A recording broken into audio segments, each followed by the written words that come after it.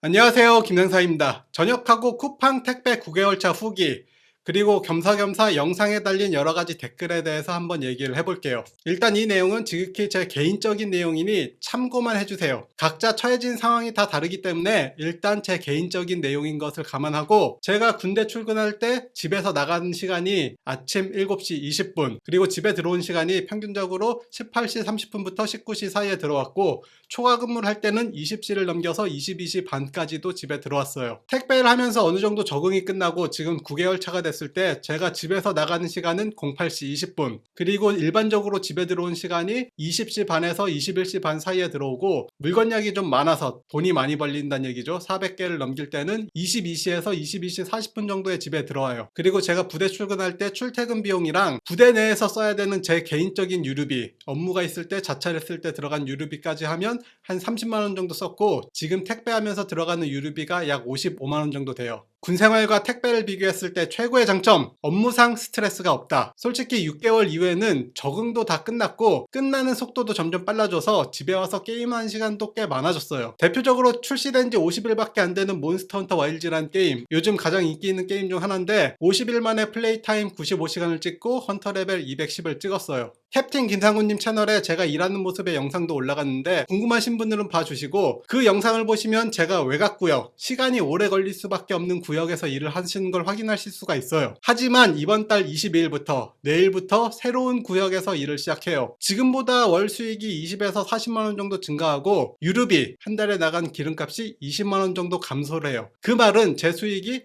한 달에 40만원에서 60만원 정도 늘어난다는 얘기예요. 그리고 기름을 덜 쓰는 만큼 차량에 들어가는 소모품 비용도 줄어들겠죠. 게다가 외곽지역이 아니라 주거지역, 도심 한가운데 있는 주거지역으로 새로 배정을 받았기 때문에 끝나는 시간이 최소 1시간 반 이상 단축이 돼요. 내일부터 새로운 구역을 하는데 일단 2, 3주 정도는 적응해야 되기 때문에 좀 시간이 걸릴 텐데, 아마 다음 달부터는 어떻게 될 것이냐, 집에서 나가는 시간은 동일하게 8시 20분에 나갈 거고, 집에 들어오는 시간이 19시에서 20시 사이가 될 거예요. 그리고 물건이 많은 날, 보통 월 초에 물건이 많은데 400개를 넘길 때는 늦어도 22시 전엔 들어올 거고, 업무상 유류비가 35만원 정도 나올 거예요. 이렇게 따지면 군대랑 비교했을 때 제가 집에서 나간 시간도 1시간 정도 늦고 들어온 시간도 약 1시간 정도 차이니까, 솔직히 군대에 있을 때랑 업무하는 시간에 대해선 큰 차이가 없어요. 그리고 군생활의 최고의 장점은 연금 문제인데, 이 문제도 제가 해결하는 모습들을 좀 보여주고 있죠. 제가 택배를 처음 시작했을 때는 1년 배당금이 122만원이었는데 작년 12월 기준으로 190만원까지 올라왔어요. 6개월 만에 상당히 많이 올라왔죠. 물론 최근에 주가가 많이 떨어지면서 이것도 좀 변화가 있었어요. 제가 개인적인 연금 관련된 내용을 다룰 때 주가가 언제 어떻게 빠질지 모르니 현금 비중을 확보해야 된다. 그리고 그 현금 비중은 채권 형태로 갖고 있다고 했어요. 요번에 주가가 충분히 빠졌기 때문에 이 채권을 전부 팔고 ETF를 다시 샀고, 이 채권의 배당률이 꽤 높았기 때문에 연간 배당금이 좀 줄어들었어요. 주가가 떨어져도 크게 문제가 안 되는 게 제가 여러 번 경험을 해봤기 때문에, 코로나 팬데믹 때도 한번 내려왔다 올라갔고, 쭉 올라가다가 물가 전쟁, 인플레이션 전쟁 때 금리를 엄청나게 올리면서 또 쭉 빠졌다가 다시 올라왔고, 지금 관세 전쟁으로 또 빠진 것 뿐이에요. 이게 10년, 20년 지나면 그냥 옛날에 있었던 한 가지 사건일 뿐이에요. 김상훈님 채널에 달린 댓글들을 좀 보면, 쿠팡맨은 몸 갈아서 돈을 버는 거임, 계속 하다 보면 어디 고장남, 노동 강도도 세고 워라밸도 없지만 군대처럼 철야 당직은 안 선다. 솔직히 당직 없는 게 정말 건강에 좋아요. 또 다른 댓글, 돈 보고 혹하지 마시고 정말 잘 알아보고 시작하길 바랍니다.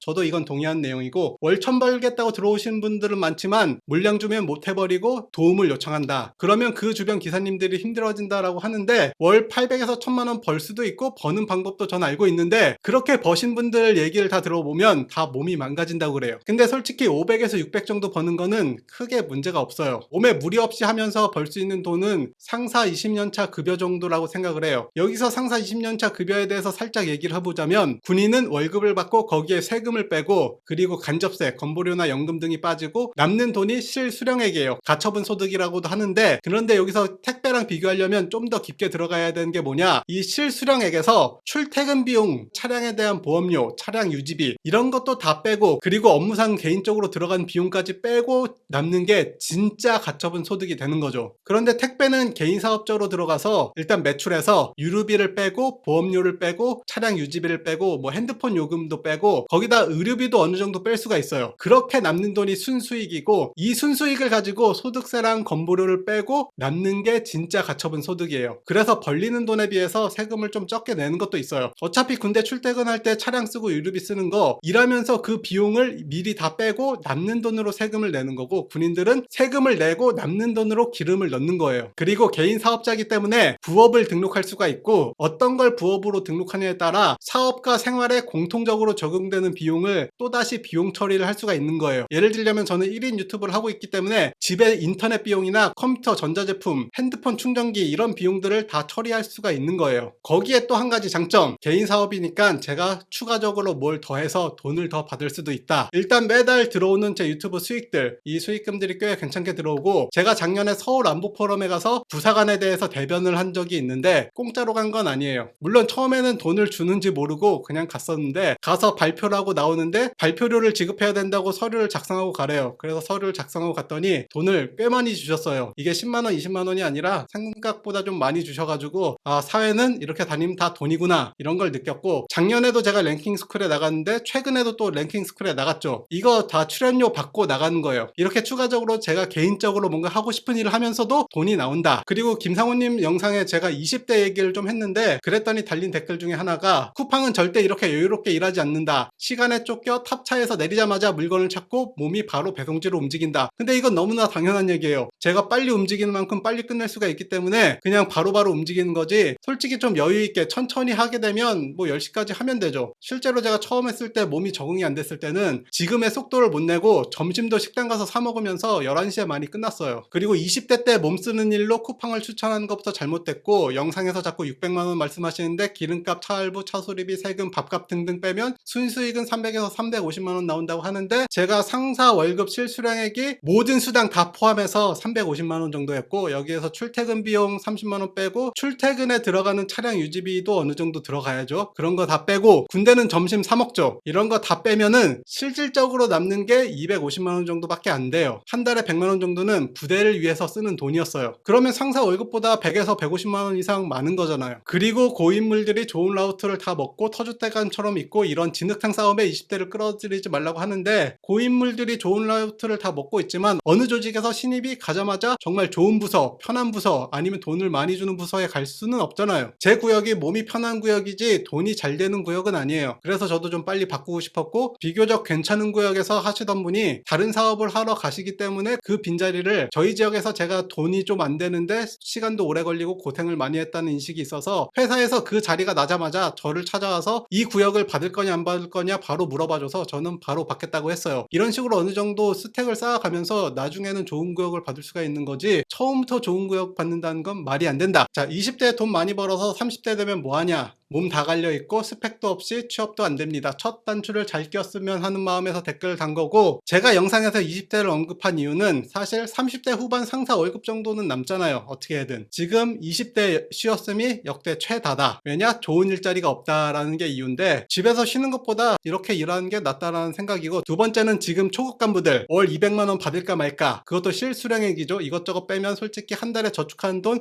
4,50만원도 만들기 힘든 초급 간부들, 여기에 더 심한 사람들도 있죠. 9급 군무원, 월 저축이 사실상 불가능한 9급 군무원들, 이런 분들을 타겟으로 한 얘기예요. 이게 일반적으로 생애 주기에 따른 자금 흐름인데, 20대 때는 소득이 적죠. 그러면서 30대 40대가 되면서 소득의 정점을 찍고 50대가 되면서 수익은 줄어들어요. 반면에 지출은 20, 30대에 좀 적게 쓸 수 있다가 40대가 되면서 지출이 많이 늘어나죠. 그리고 50대 60대 되면서 지출은 더 크게 늘어나요. 그런데 택배를 하면 어떻게 바꿀 수가 있냐? 처음부터 높은 소득을 가져갈 수가 있어요. 그리고 이 높은 소득을 금융소득으로 바꿔버리면 돼요. 금융소득으로 바꿔버리면서 시간이 지날수록 택배하는 일을 줄이면 돼요. 솔직히 500, 600, 700 벌다가 일을 줄이면서 200만원, 300만원 벌게 되면 그냥 운동하는 수준이에요. 나머지 돈은 금융소득으로 채우면 돼요. 원래 20대는 수익이 가장 낮은 분류지만 수익을 최대한 높게 형성한 다음에 추가적으로 생기는 이 노란색 영역을 금융소득으로 바꿔버리면 되는 거예요. 그런 예시로 제가 이런 걸 좀 보여드렸었고, 나이가 들면서 소득이 늘어나는 직장생활이지만 20대부터 소득을 높게 잡고